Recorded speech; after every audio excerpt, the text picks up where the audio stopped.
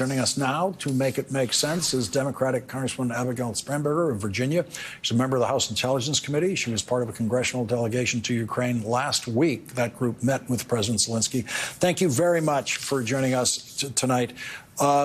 You heard the president yesterday. They've issued a new statement tonight from the campaign because Donald Trump said it again tonight that he would absolutely abandon NATO allies. It's become a promise. It's like a campaign promise of his. What is at stake for America in this choice on NATO policy between Joe Biden and Donald Trump? Everything is at stake. The absolute kind of role of the United States in the world, our national security, the alliances that we built coming out of World War II, the alliances, economic, military, political, that we have made that have been, part and parcel of our success as a country, and the alliances that we have depended on are all at stake. We talk frequently about the challenge in Ukraine, noting that if Putin is able to defeat Ukraine and continue on to Poland, at that point, it's an Article 5 situation. At that point, we must go on the ground, boots on the ground, to defend an ally. And I would just note, there's only been one time that Article 5 has been invoked, and that was September 12th, 2001. In defense of the United States of America, when we were attacked, our NATO allies joined with us. They went to war for 20 years with us. And so the fact that a former president and now a candidate for the presidency would defile, degrade, and threaten, an alliance that has been vital to our security, but also to the security of the world order, is absolutely astonishing and speaks to how completely unprepared, ill-equipped, and absolutely not deserving of the role this man is. I want to listen to something the president said yesterday that Donald Trump doesn't know and that his followers don't know about how Ukraine aid actually creates jobs in the United States. Let's listen to this. Yeah. While this bill sends military equipment to Ukraine, it spends the money right here in the United States of America, places like Arizona, where the Patriot missiles are built, in Alabama, where the Javelin missiles are built, in Pennsylvania, Ohio, and Texas, where artillery shells are made. And the way it works is we supply Ukraine with military equipment from our stockpiles, and then we spend our money replenishing those stockpiles so our military has access to them. Stockpiles that are made right here in America by American workers.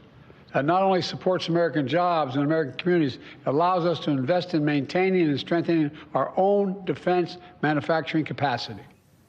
That is basically the case that President Roosevelt made in 1940 to supply the British in their fight against Hitler and Nazi Germany before the United States was engaged in that war. This is basically exactly the same message. And in 1940, Americans understood it. Yeah. The reality is it is in our national security interest to continue supporting Ukraine by providing, the president mentioned, the Patriots, the Javelins.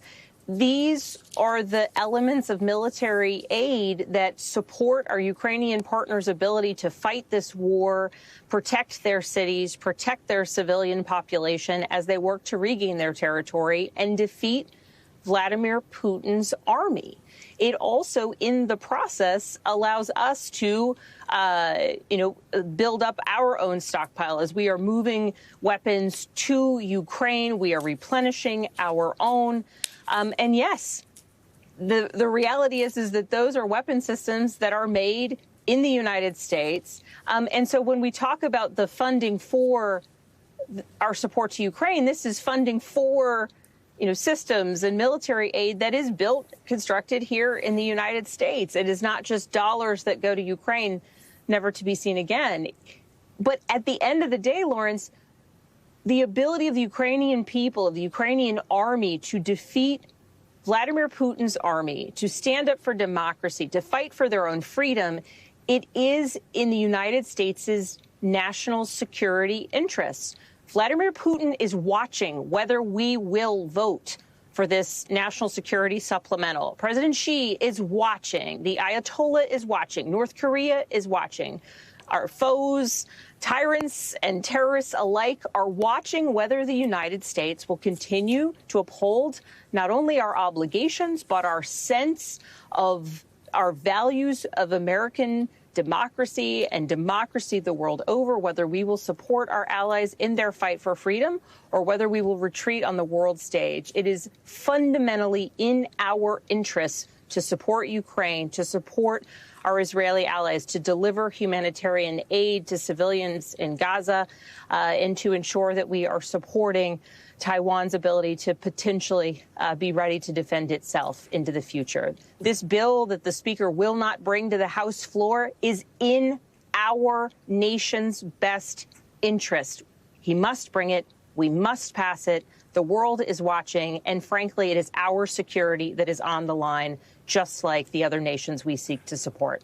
We're crashing on a commercial break, but before we go, I need to ask you about something that the Republican chairman of the House Intelligence Committee did today, which is something I've never seen a chairman of either Intelligence Committee, House or Senate, do. He publicly revealed what he said was a new national security threat from Russia involving a new weapon that Russia was in the process of developing. Apparently, there's some indication now in the reporting that he may have thought this was a way to help leverage aid for Ukraine against Russia, since he just, like you, returned from that trip from Ukraine. What can you tell us about that?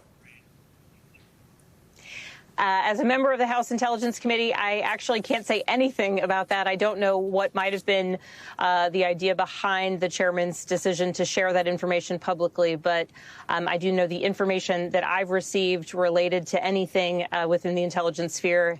Any of the briefings I've received in our SCIF is not something that I can share publicly. I respect you for asking. I certainly know it's making the news, but I can't comment on it. Yeah, the administration is assuring people that they are well aware of this and have it completely under control. We'll be following it. Congresswoman Abigail Spanberger, thank you very much for joining us tonight.